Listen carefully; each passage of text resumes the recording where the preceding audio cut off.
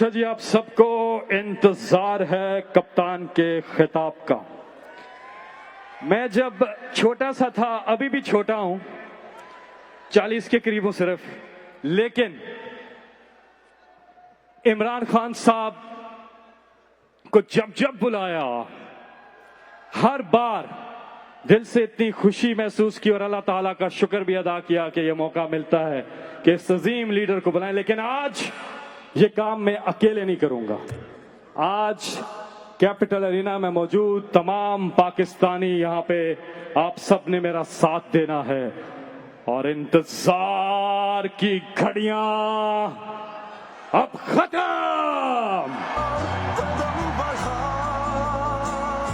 अब से चंद ही लम्हों में हम बुलाने जा रहे हैं एक साथ मिल के उस लीडर को जिसने अपने मुल्क के लिए, अपनी धरती के लिए अपना सब कुछ छोड़ दिया।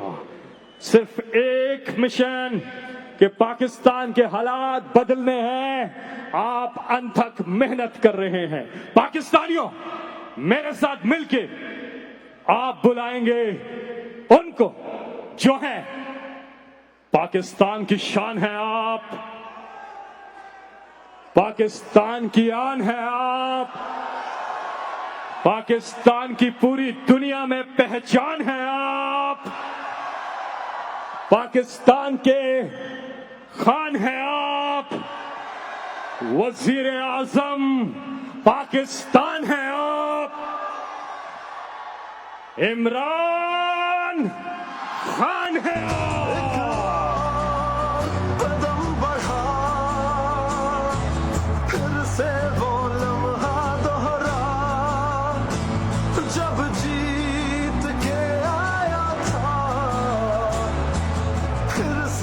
वतन को जिता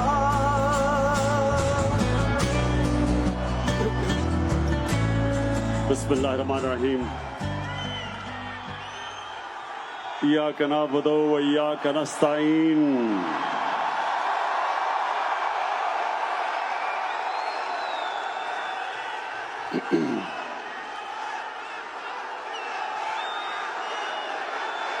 बहुत बहुत शुक्रिया।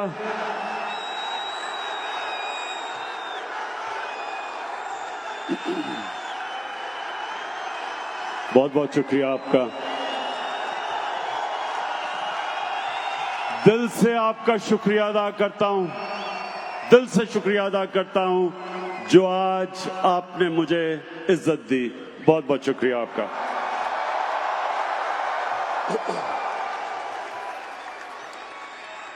अच्छा, वॉशिंगटन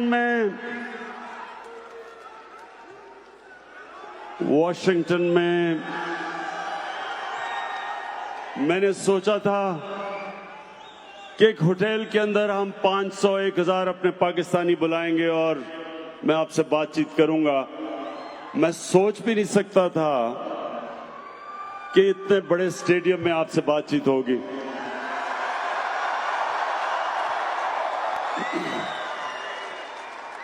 अच्छा,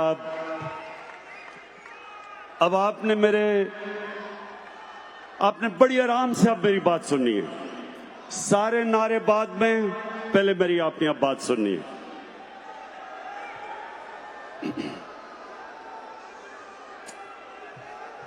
मेरे पाकिस्तानी अमेरिकन,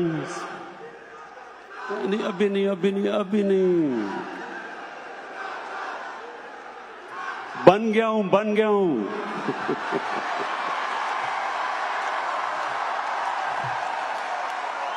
22 साल से सुनता था वजीर आजम इमरान खान, अब बन गया हूं। आदी नहीं हो रहे लोग इसके। अच्छा जी सुने, मैं सबसे पहले तो जिधर से भी आप आए हैं, जिन भी शहरों से आप आए हैं, मैं आपको खुशामदीद कहता हूं और मैं चाहता हूं आराम से मेरी बात सुने। आराम से, मैं कहीं नहीं जा रहा, आराम से आपसे बात करना चाहता हूं। देखिए मेरे पाकिस्तानियों,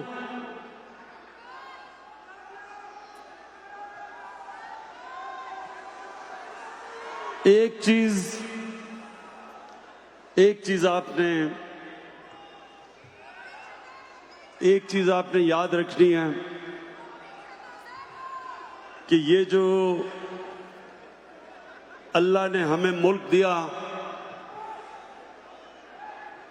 सुने आराम से, पाकिस्तान जो अल्लाह ने हमें मुल्क दिया,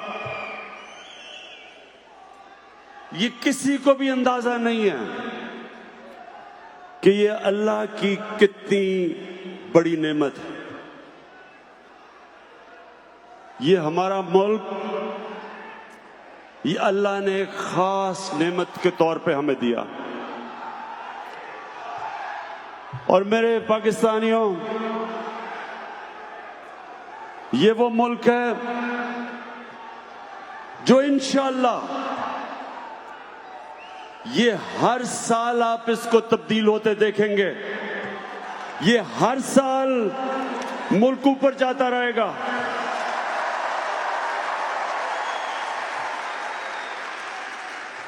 अब दो चीजें आपने समझनी है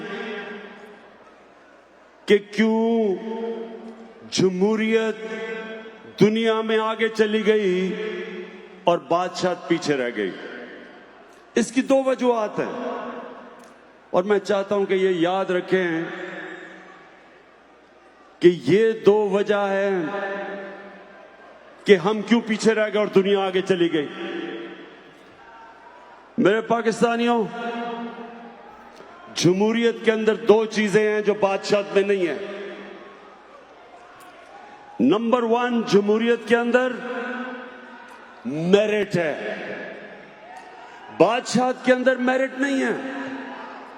खून के ऊपर बादशाह में रिश्तेदारी है, खून है। जमहूरियत के अंदर मेरिट है। दुनिया के अंदर जो मुल्क आगे गए मेरिटोक्रेसी की वजह से, जो मुल्क पीछे रह गए, जितनी कम मेरिट उतना मुल्क पीछे रह गया। मैं आपको सिंपल मिसाल देता हूं, क्रिकेट की मिसाल देता हूं। क्रिकेट में ऑस्ट्रेलिया दुनिया की वो टीम है जो दुनिया में सबसे कामयाब रही है। क्यों कामयाब है? क्योंकि ऑस्ट्रेलिया के अंदर जो उनका निजाम है वो सारा टैलेंट ऊपर ले आता है, मेरिट है। पाकिस्तान, मैं आप सबके सामने कहता हूं, मैं दुनिया में क्रिकेट खेला हूं, सबसे ज्यादा दुनिया में अगर मैंने क्रिकेट का टैलेंट देखा तो वो पाकिस्तान में।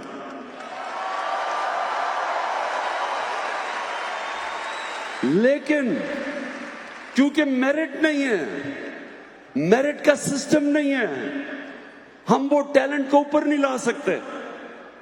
हम इसलिए आज दुनिया को डोमिनेट नहीं कर रहे क्योंकि मेरिटोक्रेसी नहीं है। तो बादशाह क्यों पीछे रह गई? अगर एक जबरदस्त बादशाह आया भी, ये जरूरी नहीं कि उसका बेटा भी अच्छा होगा। जमहूरियत के अंदर क्यों जमहूरियत आगे निकल गई? क्योंकि मेरिट के ऊपर लीडरशिप आती रही। ये आपके सामने मैं मिसाल देता हूं कि इस मुल्क अमेरिका के अंदर क्योंकि जमहूरियत आ गई, क्योंकि अमेरिका में जमहूरियत आ गई, अमेरिका के अंदर इनकी मेरिटोक्रेसी ऐसी थी कि इनके लीडरशिप, अगर एक लीडर बुरा भी हुआ तो मेरिट के ऊपर लीडरशिप अच्छी आती रही। हमारे मुसलमान दुनिया में, आप हिंदुस्तान की मिसाल लें, मैं ही आज आप पाकिस्तानियों आज को इसलिए ये चीज कह रहा हूं क्योंकि आपको समझना चाहिए कि मुसलमान भी नीचे क्यों रह गए और पाकिस्तान भी आगे क्यों नहीं बढ़ सका। जो पहले 150 साल मुगल बादशाह रहे, हिंदुस्तान दुनिया की सुपर पावर थी, 150 साल जो दुनिया में हिंदुस्तान का जीडीपी था वो 25% से ऊपर था, सुपर पावर थी। एक से एक बेहतर मुगल बादशाह आया। 4 मुगल बादशाहों ने तकरीबन 150 साल हुकूमत की, लेकिन औरंगजेब के बाद जो उसके बच्चे आए किसी में भी कैपेबिलिटी नहीं थी। तो 7 मुगल बादशाह 13 साल में बदले, सारे एक से एक बदतर आया और वही मुगल एम्पायर खत्म हो गया। उसी तरह ऑटोमन एम्पायर, एक से एक बेहतर ऑटोमन बादशाह आता रहा सुलेमान तक, सुलेमान द मैग्निफिसेंट। उसका बेटा ठीक नहीं था और उधर से नीचे जाना शुरू हो गया। जमहूरियत में क्या होता है, क्योंकि खून के ऊपर नहीं सिलेक्शन होती लीडरशिप की, मेरिट के ऊपर होती है। इसलिए जिस तरह इलामा इकबाल ने भी कहा, शाह वलीउल्लाह ने भी कहा कि मुसलमान पीछे बादशाह की वजह से रह गए। अब पाकिस्तान पे आ जाएं। हमारे मुल्क में कायदे आजम के बाद क्यों नहीं कोई लीडर मिला? एक जुल्फिकार अली भुट्टो थे, एक कैरिस्मेटिक इंटेलिजेंट लीडर थे, लेकिन उसके बाद क्या हुआ? उसके बाद हुआ क्या? हमारे मुल्क में एक किस्म की बादशाहत आ गई, मेरिट नहीं आई। जमहूरियत भी जब आती थी मेरिट नहीं आई। नवाज शरीफ को किस तरह लीडर बनाया गया? मिलिट्री डिक्टेटर ने उठा के बना दिया, कोई मेरिट नहीं थी। उनके भाई शहबाज शरीफ क्यों चीफ मिनिस्टर बन गए? उनके भाई थे। आसिफ जरदारी और बिलावल भुट्टो कैसे लीडर बन गए? कागज के पर्चे पे कहा कि जनाब हमारी वालदा हमें छोड़ गई है। उधर वली खान की फैमिली, वो भी फैमिली सिस्टम आ गया। उधर मौलाना फजल रहमान, उसके भाई भी और उसके बच्चे आ गए।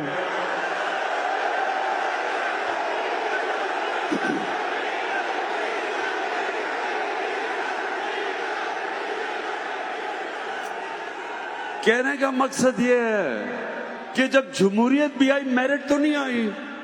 सो ये प्लीज याद रखें कि नंबर 1 चीज कि जिस माशरे में मेरिट नहीं होती वो आगे नहीं बढ़ता। आज चाइना आप चले जाएं, चाइना की जो कम्युनिस्ट पार्टी है उसको स्टडी करें, बेहतरीन मेरिट का सिस्टम है। चाइना की कम्युनिस्ट पार्टी, जिस तरह हमने पूरा उन्होंने मुझे प्रेजेंटेशन दी, जबरदस्त सिस्टम है। वो सारे मुल्क से बकायदा देखते हैं कि कोई हर फील्ड में मेरिट ऊपर कैसे आ रहा है। और दूसरी चीज तो नंबर 1 जमहूरियत की खासियत मेरिट, और नंबर 2 जमहूरियत के अंदर जो मुल्क का सरबराह होता है वो जवाबदेह है। हजरत उमर मदीना की रियासत के अंदर, हजरत उमर जैसे एक अजीम लीडर को आम आदमी खड़ा होकर पूछता है कि किधर से आपने ये पैसा आया जो आपने कपड़े पहने हुए हैं? लीडर जवाब देता। हजरत उमर ने ये नहीं कहा कि तुम्हारी मिजाल है मेरे से पूछो, या जो आजकल पाकिस्तान में हो रहा है ये नहीं कहा कि पता नहीं मैं कौन हूं। हजरत उमर ने जवाब दिया, लीडर जवाब देता। बरतानिया के अंदर जब जमहूरियत की शुरुआत हुई मैग्ना कार्टा में 800 साल पहले, तो क्या कोशिश थी कि लीडर को, जो बादशाह था, उसको कानून के नीचे लेके आए। और वो स्ट्रगल एंड में चलती चलती चलती उन्होंने, उनका बादशाह भी था तो वो भी जवाब देता। तो ये याद रखें, ये दूसरी चीज, जमहूरियत तब कामयाब होती है जब लीडरशिप जवाबदेह होती है। अब दूसरा हमारा देख ले पाकिस्तान का प्रॉब्लम। जब लीड इनसे जवाब लेते हैं कहते हैं इंतकामी कार्रवाई हो गई। जब जब जब अदालत फैसला करती है तो कहते हैं क्यों निकाला।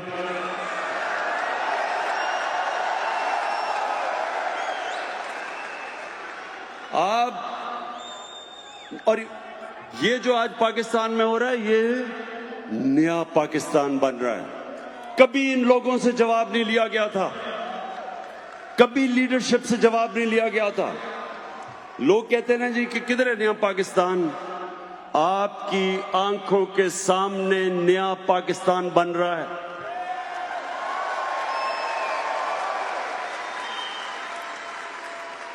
जिसको जब सवाल पूछते हैं ताकतवर से, जिस भी ताकतवर से सवाल पूछते हैं वो ये अपना जवाब नहीं देता, अपनी सफाई नहीं पेश करता। वो कहता है इंतकामी कार्रवाई है। एक तो सारे मेरी तारीफ करना शुरू कर देते हैं। जिससे पूछो, शाहिद खान अब्बासी से पूछो, आसिफ जरदारी से पूछो, नवाज से पूछो, शहबाज, सारे मुझे कहते हैं कि जी इमरान खान करवा रहा है। क्या करवाया इमरान खान ने? सारे केसेस इनके ऊपर पुराने हैं, हमने कोई केस नहीं किया, ये इनके जमाने के केसेस हैं। हमने सिर्फ इदारों को आजाद किया है, हमने सिर्फ नैब को आजाद किया है, हमने FIA को आजाद किया है। मेरे पाकिस्तानियों, नबी सल्लल्लाहु अलैहि वसल्लम उन्होंने कहा था कि तुम्हारे से पहले बड़ी कौमें बर्बाद हुई जिधर एक कानून ताकतवर के लिए और दूसरा कमजोर के लिए। हमारे सामने, हमने अपनी आंखों के सामने पाकिस्तान को नीचे जाते देखा है। मैं जब बड़ा हो रहा था 1960s के अंदर पाकिस्तान सबसे तेजी से तरक्की कर रहा था बर्रे-सगीर में, बल्कि एशिया में पाकिस्तान की मिसाल दी जाती थी। वो मुल्क जो सबसे तेजी से तरक्की कर रहा था, इंडस्ट्रियलाइज हो रहा था। हमारी ब्यूरोक्रेसी सारी एशिया में सबसे टॉप पे ब्यूरोक्रेसी मानी जाती थी। हमारे हॉस्पिटल, मैं गवर्नमेंट हॉस्पिटल में पैदा हुआ था, गवर्नमेंट हॉस्पिटल का बेहतरीन स्टैंडर्ड था। हमारी यूनिवर्सिटीज की डिग्रीज दुनिया में एक्सेप्ट होती थी। मिडिल ईस्ट से लोग हमारे पाकिस्तान में पढ़ने आते थे।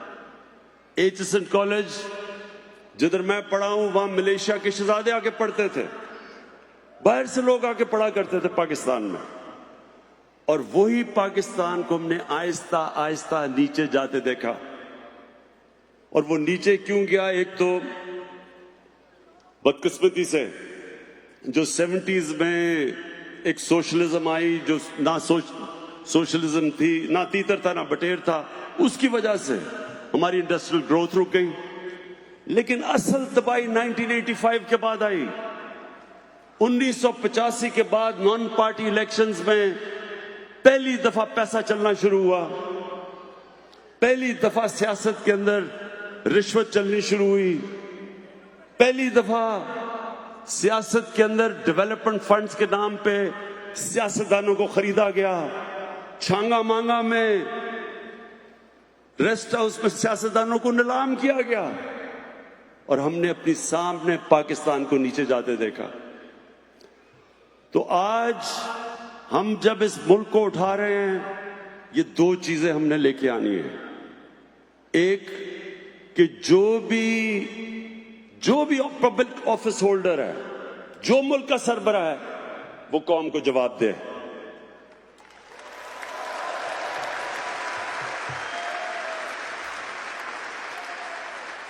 आजकल ये सारे सब इकट्ठे हो गए हैं। कोई दीनी जमात है, फजल रहमान इस्लाम को लेके आ रहा है, वो भी एक साथ है। दूसरी तरफ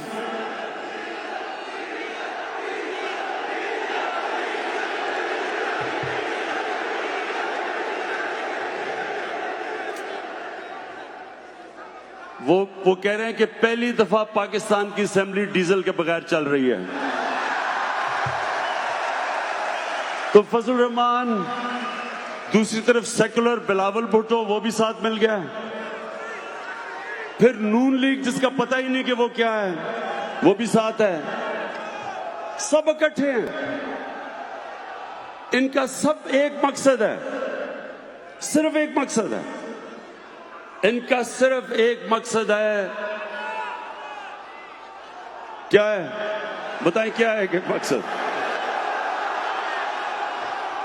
3 लफ्ज सुनना चाहते हैं मेरे से, NRO, यानी कि जो अब तक इक्तदार में बैठ के मुकमुका है, सब एक चीज चाहते हैं। तो नंबर 1, ये मैं आज आप सबके सामने कहना चाहता हूं, दुनिया इधर उधर हो जाए,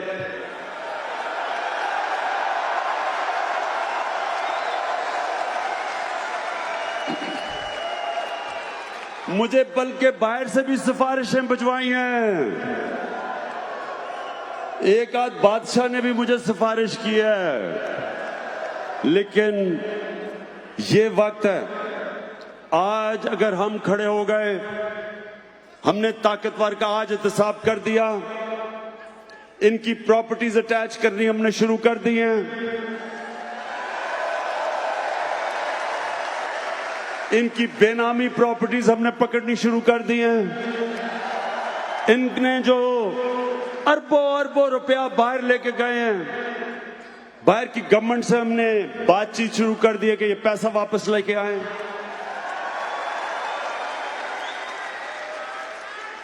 और ये याद रखना कि ये है वो वक्त जब पाकिस्तान बदलेगा। आपके सामने बदल रहा है। और दूसरी चीज, हमने पाकिस्तान में मेरिटोक्रेसी लेके आनी है, मेरिट का सिस्टम लेके आना है। मैं आप सबसे ज्यादा, मैं भी एक ओवरसीज पाकिस्तानी बड़ी देर रह चुका हूं। मैं 18 साल की उम्र में बाहर गया,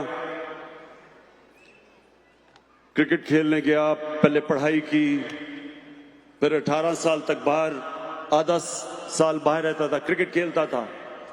तो मेरा सबसे ज्यादा ओवरसीज पाकिस्तानी के साथ राब्ता रह चुका है।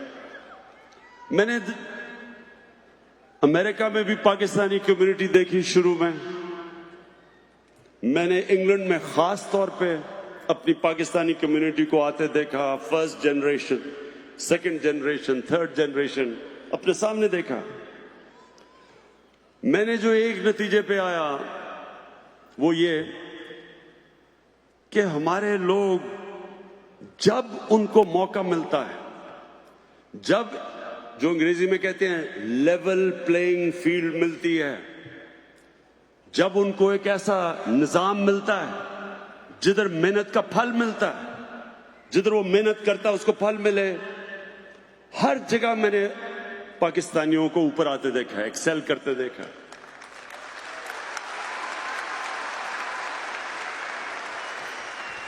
क्योंकि पाकिस्तान में मेरिट नहीं, मौके नहीं मिलते,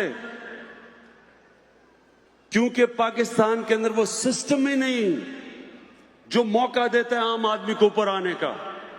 हमारा तालीम का सिस्टम नहीं ऊपर आने देता। किस मुल्क में है इंग्लिश मीडियम थोड़े से तबके के लिए, उर्दू मीडियम बाकियों के लिए, फिर दीनी मदरसे? किस मुल्क में 3 सिस्टम चलते हैं? हमारा तालीम का निजाम ही हमारे निचले कमजोर तबके को ऊपर नहीं आने देता। एजुकेशन अपार्थाइड है। और यहां इधर मौके मिलते हैं लोगों को। मैंने अपनी आंखों के सामने मजदूर देखे आते हुए इंग्लैंड, उनके बच्चे मुफ्त गवर्नमेंट स्कूलों में पढ़े और वो देखते देखते किधर से किधर पहुंच गए। तो क्यों नहीं कर सकते हम अपने मुल्क में? और इंशाअल्लाह ये है पहली दफा पाकिस्तान में, अब ये पहली दफा हो रहा है पाकिस्तान में कि हम गवर्नमेंट स्कूलों के अंदर सिस्टम ठीक कर रहे हैं। एक सिलेबस लाने की कोशिश कर रहे हैं सारे स्कूलों के अंदर कि एक मेन सिलेबस हो सबके लिए।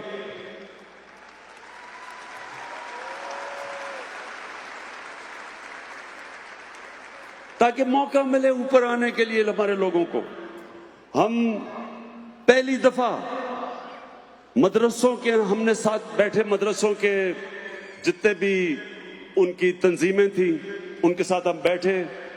अभी हमने उनसे मुआहदा किया है कि मदरसे के बच्चों को भी मौका मिले ऊपर आने का, उनके लिए भी दीन के अलावा साइंस के सब्जेक्ट पढ़ाए जाएं, मैथ्स पढ़ाए जाएं, मौका दिया जाए ताकि वो भी डॉक्टर्स बन सकें, वो भी ऊपर आ सकें। कौन तो अपने मुल्क में अब तक, अब सोचे 8 लाख बच्चे हैं जो इंग्लिश मीडियम स्कूलों में जाते हैं। 8 लाख, 3.25 करोड़ बच्चे जाते हैं उर्दू मीडियम में, 25 लाख बच्चे जाते हैं दीनी मदरसों में। तीनों पैरेलल सिस्टम है, 3 पैरेलल कल्चर हैं। तो ये सबसे बड़ा कदम होगा कि पाकिस्तान के अंदर एक मेन तालीम का सिलेबस आए ताकि एक कौम बने, हम तब एक कौम बने।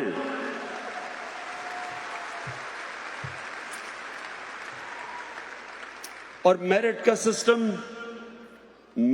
सिस्टम तब आएगा पाकिस्तान में जब ये जो खानदानों की सियासत है ये खत्म हो, ये जो जागीरदाराना निजाम है ये खत्म हो। और ये पहली पार्टी है आपकी, तहरीक इंसाफ पहली पार्टी है। कोई इमरान खान का रिश्तेदार किसी ओहदे पे नहीं है, कोई मेरा दोस्त किसी ओहदे पे नहीं है। ये पहली पार्टी है जो मेरिट के ऊपर लोग आ रहे हैं। और इंशाल्लाह इस पार्टी से हम आपको नए लीडर निकाल के दिखाएंगे। जिस तरह मुराद सईद एक आम स्टूडेंट से उठ के एक लीडर बन गया है, फेडरल मिनिस्टर है आज, किसी का रिश्तेदार नहीं है।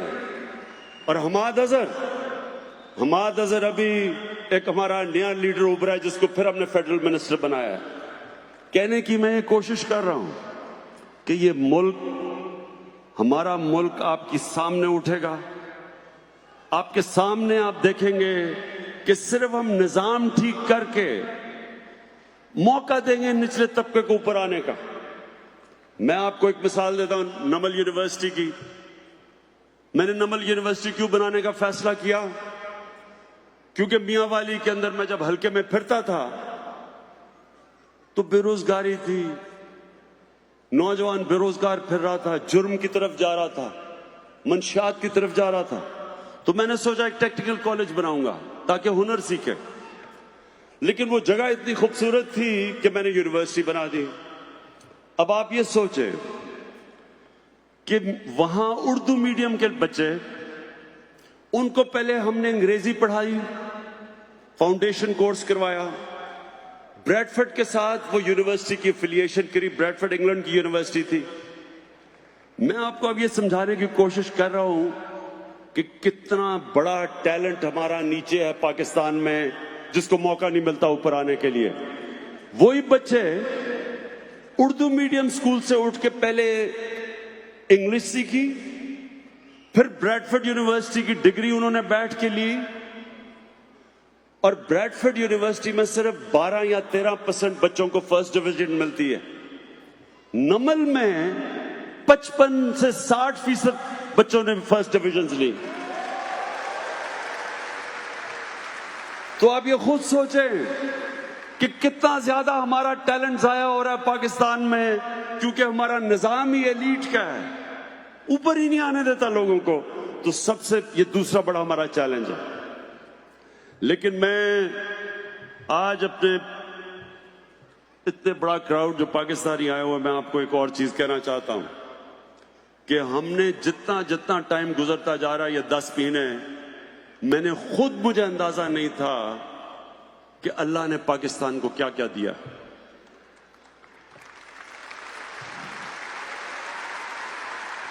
पहले तो आपको अंदाजा नहीं कि पाकिस्तान में कितना अल्लाह ने मिनरल्स दिए हैं, मदनियात।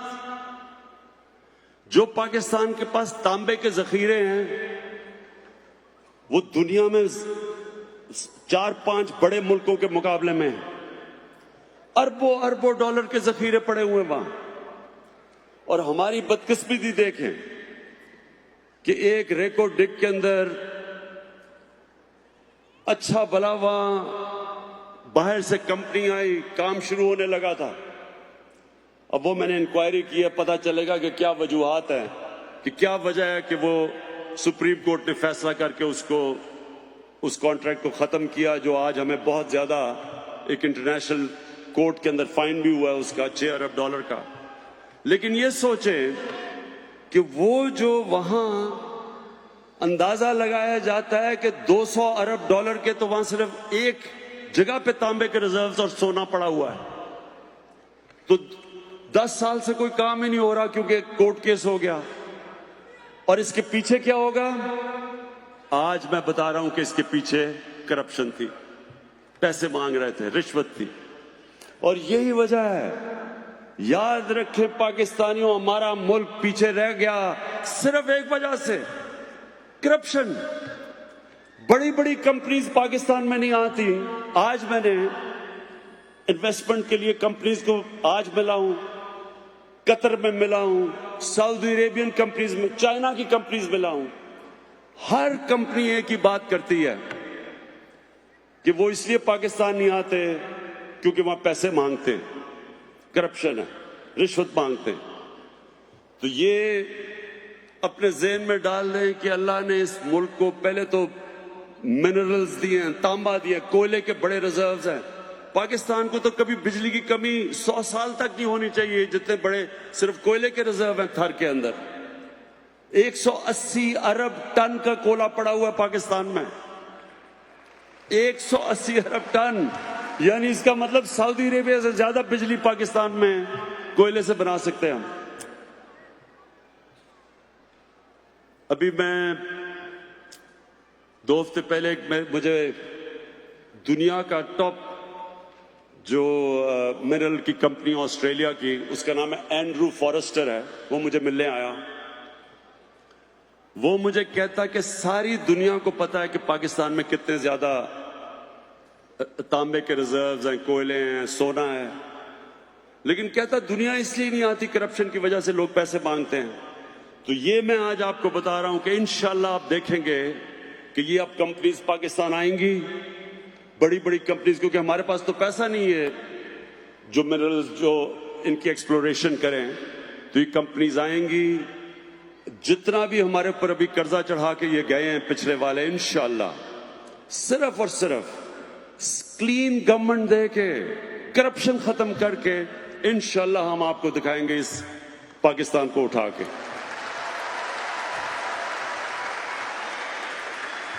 हम चाइना गए, अब ये सुने जरा, जो हमें अल्लाह ने जमीन दी है, ये जो हमारे पास जमीन है, ये जरखेज तरीन जमीन है। हम अभी चाइना गए, चाइना की कंपनीज से हमने MOU साइन किया सीपैक के अंदर।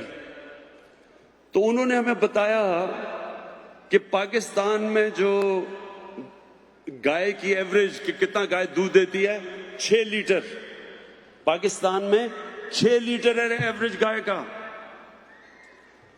चाइना के अंदर 20 से 24 लीटर है। अब सिर्फ ये सोच ले कि अगर हम 6 से 12 लीटर कर दे तो पाकिस्तान में दूध एक्सपोर्ट हम कर सकते हैं। मैं सिर्फ आपको मिसालें दे रहा हूं कि इस मुल्क में अल्लाह ने इतना कुछ दिया है, लेकिन हमने ना इसके ऊपर इन्वेस्टमेंट की, ना तवज्जो दी। तो इंशाल्लाह जो चाइना से हमने अब साइन किए हैं कॉन्ट्रैक्ट्स सीपैक के अंदर, और जो हमारे से MOU साइन किए हैं, वो हमारे तो हर जगह टेक्नोलॉजिकल हमारे लिए मदद भी कर रहे हैं, इंडस्ट्री रीलोकेशन कर रहे हैं सीपैक के अंदर। तो इंशाल्लाह आप देखेंगे आने वाले दिनों में कि हम पाकिस्तान को हर चीज में, इंडस्ट्री में भी आप देखेंगे डेवलपमेंट। और वो जो मेरा ख्वाब है कि एक दिन बाहर से दुनिया पाकिस्तान में नौकरियां ढूंढने आएगी।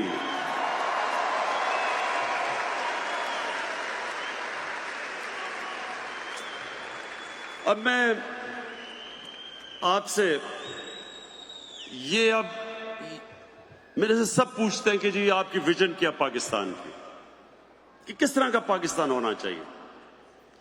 तो मैं ये आपके सामने अपनी विजन रखता हूं। मैं ये समझता हूं कि ये बड़ा जरूरी है आप सबको समझना, क्योंकि हर कौम किसी मकसद के लिए पैदा होती है। हर कौम का एक मकसद होता है, एक विजन होती है, एक नजरिया होता है। पाकिस्तान बना था और उसका एक बड़ा ख्वाब था पाकिस्तान। इलामा इकबाल और कायदे आजम, जो एक लीडर को मैं मानता हूं, कायदे आजम को, और इलामा इकबाल जो शायद ही इतना बड़ा मुसलमान दुनिया में कोई ज़हन हो पिछले 500 साल में, तो इनकी क्या थी।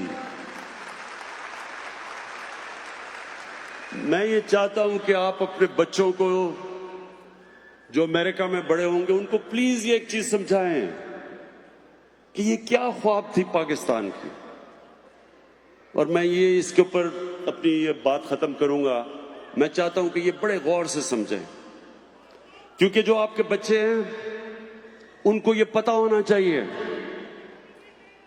कि क्या मकसद था इस मुल्क का बनने का। देखिए, पाकिस्तान बना था, उसको इलामा इकबाल ने जिस तरह कहा, इसने एक इस्लामी फलाई रियासत बनना था। वो क्या, कौन सी इस्लामी फलाई रियासत बननी थी? जो कि मदीना की रियासत थी। मदीना की रियासत क्या थी?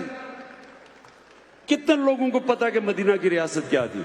मदीना की रियासत एक मॉडर्न स्टेट थी, मॉडर्न प्रिंसिपल्स पे बनी हुई थी। वो जो कुरान शरीफ के अंदर अल्लाह ने हमें कहा है कि नबी सल्लल्लाहु अलैहि वसल्लम की सुन्नत पे चलो, उनके रास्ते पे चलो, उनकी शरिया पे चलो, उनकी शरिया मदीना की रियासत थी। मदीना की रियासत के क्या असूल थे, ये आप मेरे बड़े गौर से आपने मेरी बात सुननी है। मदीना की रियासत दुनिया की तारीख की पहली फलाई रियासत बनी थी। एक इंसानियत का निजाम बना था, अदल और इंसाफ का निजाम बना था। मदीना की रियासत, मदीना के रियासत के वो कौन से असूल थे? सबसे बड़ा असूल था, इसमें रहम था। एक कमजोर के लिए रहम था। बेवों, यतीमों, माजूरों, गरीबों, बूढ़ों को पेंशन्स पहली दफा मदीना की रियासत में शुरू हुई थी कि रियासत ने बूढ़ों की भी जिम्मेदारी ली थी।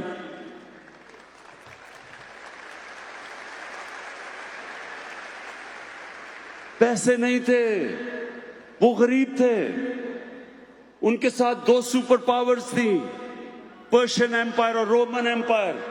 पैसा तो उनके पास था, वहां अमीर अमीर था, गरीब गरीब था। इनके पास तो पैसा भी नहीं था। लेकिन सरकार मदीना ने फैसला किया कि रियासत की जिम्मेदारी है अपने कमजोर तबके को ऊपर उठाने के लिए। पहली दफा प्रोग्रेसिव टैक्सेशन निकली, जो आजकल मगरिब में आप देखते हैं। प्रोग्रेसिव टैक्सेशन, पैसे वालों से टैक्स लिया और कमजोरों के ऊपर खर्च किया। ये पहली दफा हुआ था, उससे पहले कोई कॉन्सेप्ट नहीं था। उससे पहले बादशाह अमीर और उसके इर्द गिर्द अमीर, बाकी कौम गरीब। ये जो प्रोग्रेसिव टैक्सेशन, पैसे वालों से लेके गरीबों को देना, ये पहली दफा मदीना में हुआ था। फिर ख्वातीन को राइट्स दिए गए थे, वो भी रेवोल्यूशन थी। पहली दफा ख्वातीन को हिस्सा दिया गया था जायदाद के अंदर। आज तक मुझे अफसोस से कहना पड़ता है कि आज तक पाकिस्तान में हम स्वाय थोड़े से शहरों के, देहात में आज तक हम औरतों को उनका हिस्सा नहीं देते जायदाद में। ये तहरीक इंसाफ अब कानून लेके आ रही है कि ये कानून उनको देना पड़ेगा, हमारी औरतों को हिस्सा।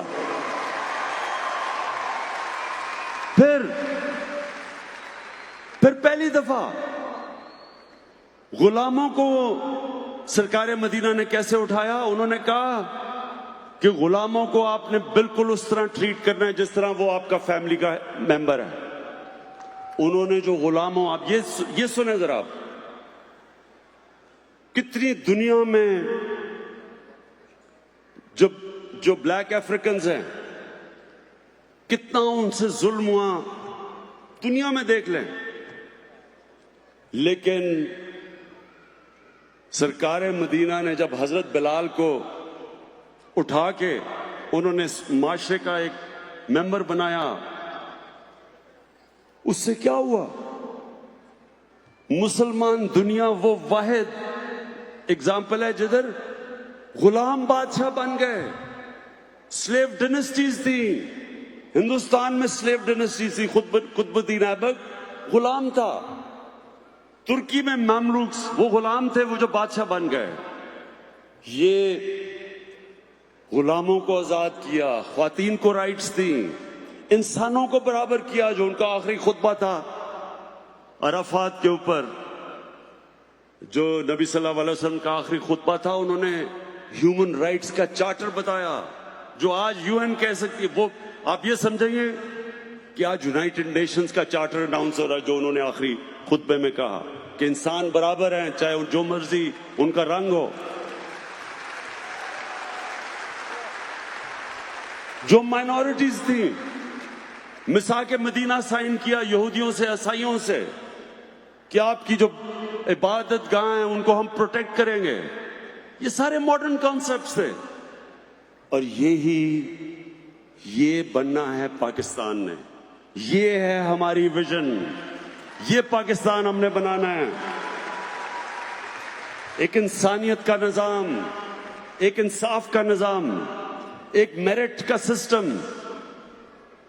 जो मदीना की रियासत ऊपर कैसे गई? मेरिट का सिस्टम था। जो भी ऊपर हो, जो भी अच्छा करता था उसको ऊपर ले आते थे।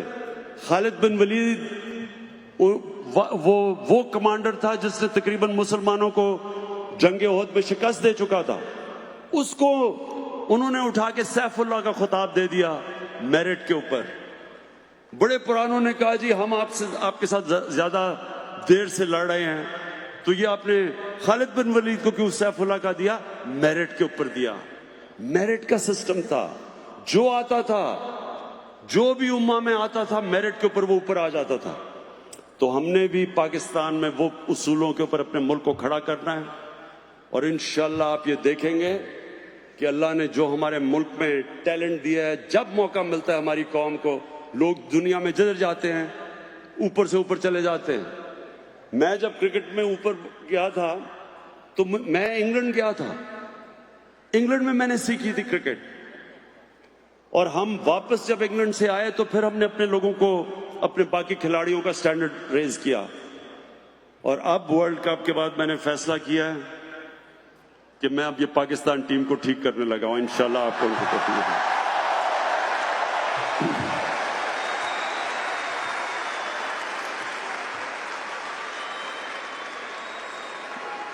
काफी मायूसियां हो चुकी हैं। इंशाल्लाह जो अगला वर्ल्ड कप में आप जो पाकिस्तानी टीम देखेंगे, अभी मेरे ये लफ्ज याद रखना कि वो टीम बिल्कुल एक ऐसी प्रोफेशनल टीम आपको लेके आएंगे ग्राउंड के अंदर, बेस्ट टीम लेके आएंगे। और सिस्टम ठीक करेंगे, निजाम को ठीक करेंगे। निजाम ऐसा लेके आएंगे कि इंशाल्लाह बेहतरीन टैलेंट पाकिस्तान का ऊपर आएगा। अब एक फर्स्ट क्लास स्ट्रिक्ट, वो इंशाल्लाह मैं आपको करके दिखाऊंगा। उसी तरह बाकी खेलों के अंदर।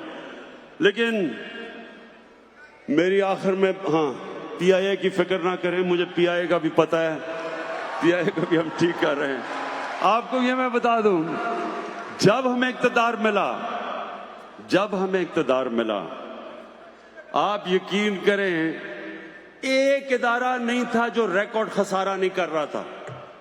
पीआईए, वफदा, रेलवे, जो भी इदारा ले, बिजली यानी गैस, सब नुकसान कर रहे थे। और अभी भी ये पूरी जंग चली हुई है। ये इंशाल्लाह हमारा एक थोड़ा मुश्किल वक्त है। ये हमारा मुश्किल वक्त है, 4 महीने 6 महीने साल तक रहेगा। लेकिन इंशाल्लाह हम आपको पाकिस्तान को निकाल के दिखाएंगे, इस मुल्क को अपने पैर पे खड़ा करेंगे। जो ताजर आज पाकिस्तान में कह रहे हैं कि हम रजिस्टर नहीं होंगे। सब सुन लें मेरी बात कि जो कर्जा पाकिस्तान पे चढ़ा हुआ है सारे ताजरों को रजिस्टर होना पड़ेगा। और अगर सब मिलके थोड़ा थोड़ा टैक्स दें, कोई मुश्किल नहीं है पाकिस्तान को कर्जों की दलदल से निकालना।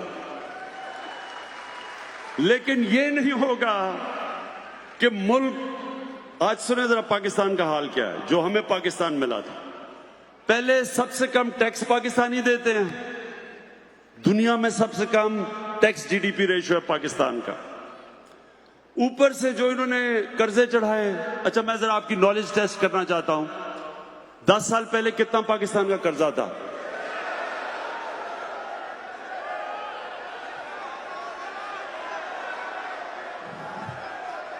6,000 अरब रुपया 10 साल पाकिस्तान, 10 साल पहले पाकिस्तान का कर्जा था।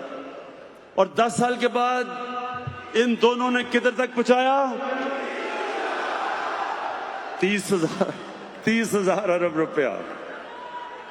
फिर से सुने 60 सालों के अंदर पाकिस्तान का कर्जा 6,000 अरब था। 60 सालों में, 10 सालों में इन दोनों ने 6 से 30 अरब पे कर्जा लेके गए। क्या किया इस कर्जे का? मुझे बताएं तो सही, पैसा गया किधर? किधर गया पैसा ये? और ये पैसा हमने इनसे निकालना है।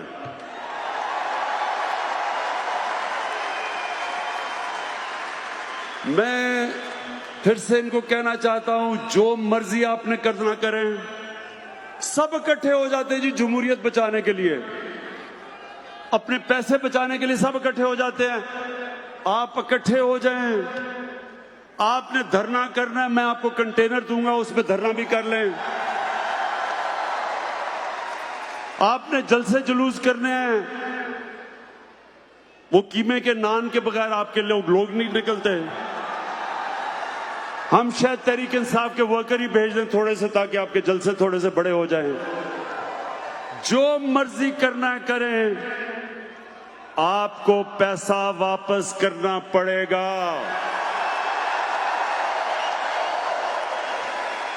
नवाज शरीफ कहते हैं जी मैं खाना घर से मंगवाऊंगा, खाना अच्छा नहीं है जेल का।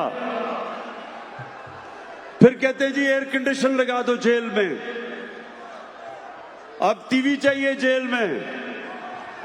80% पाकिस्तानियों के पास तो एयर कंडीशन ही नहीं है। 80% कम से कम 60% के पास टीवी नहीं है।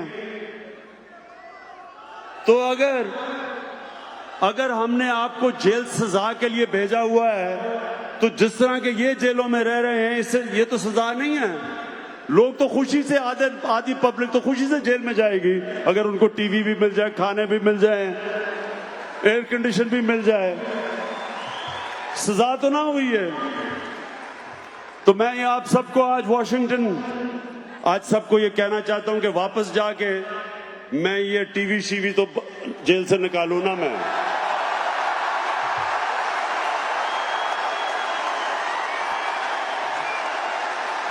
एयर कंडीशन भी निकालें जेल से।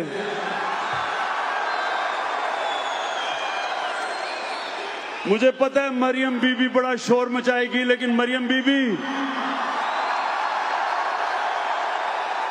पैसा वापस कर दें, वो जेल से बाहर जा सकते हैं। पैसा वापस कर दें। एक तरफ हमारी कौम,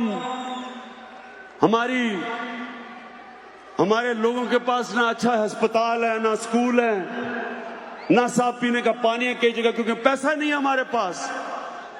और दूसरी तरफ आप जेल में फैसिलिटीज इसलिए। और आसिफ जरदारी दूसरे जेल में है। जरदारी का भी मैं देख रहा हूं, वो जेल में जाता है, अस्पताल चला जाता है, सारा टाइम अस्पताल में गुजार लेता है। आसिफ जरदारी आपको भी जेल में रखेंगे, ना टीवी होगा, ना एयर कंडीशन होगा।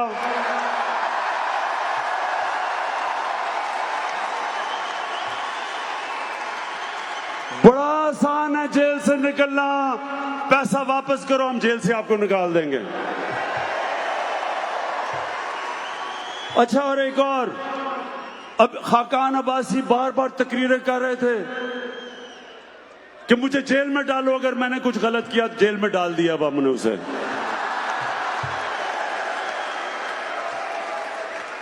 अच्छा, मौलाना फजल रहमान,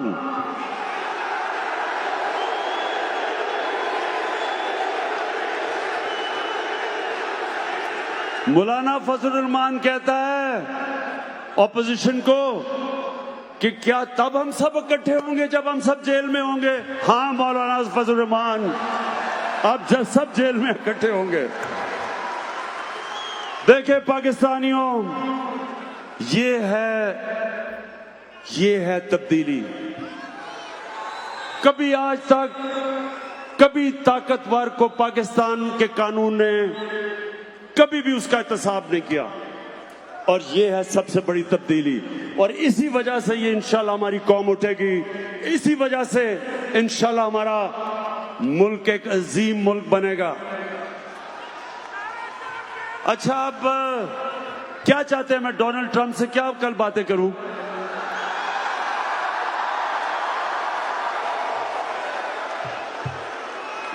मैं पर्चियां लाया हूं जेब में, मैं पर्चियों से पढ़ूंगा बैठ के।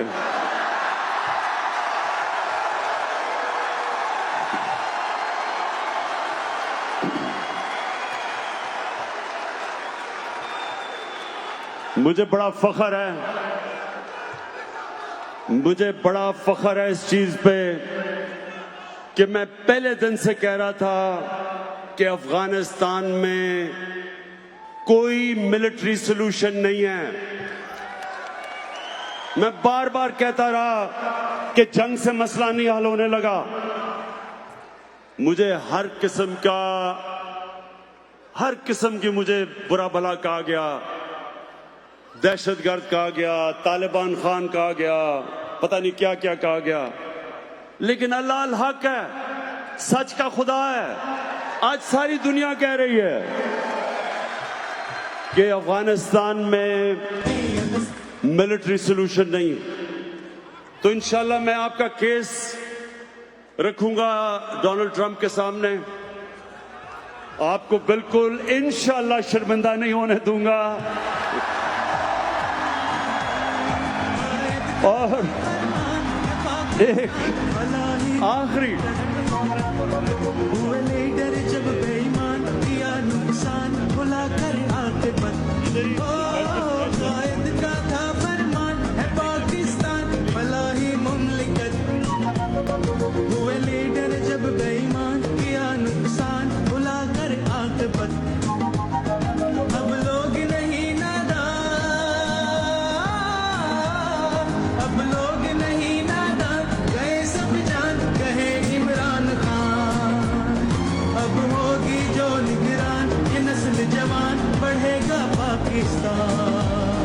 दिल में हो नीयत साफ तो हो इंसाफ कहे इमरान खान। तो चली है अब तहरीक के होगा ठीक ये प्यारा पाकिस्तान। अच्छा, बस।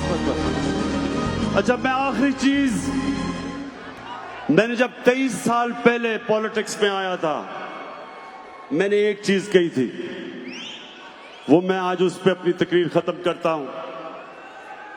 पाकिस्तानियों, 23 साल पहले मैंने एक चीज कही थी, मैं उस पर अपनी बात खत्म करता हूं, और वो ये था कि ना आज तक मैं कभी किसी के सामने झुका हूं,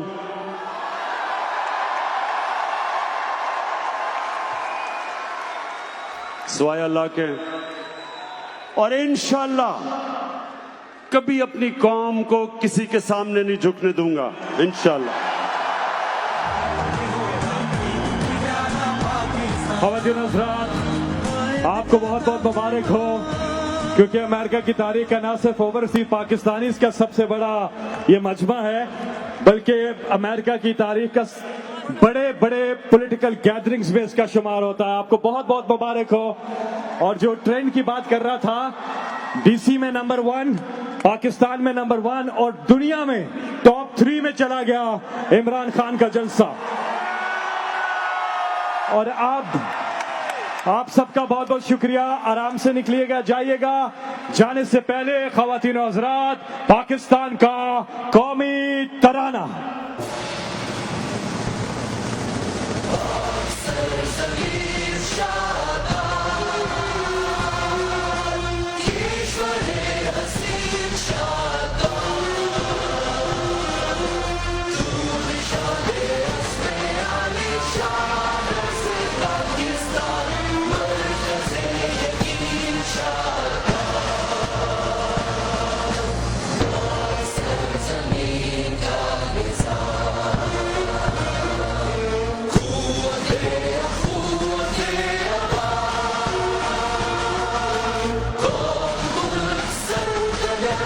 Bye.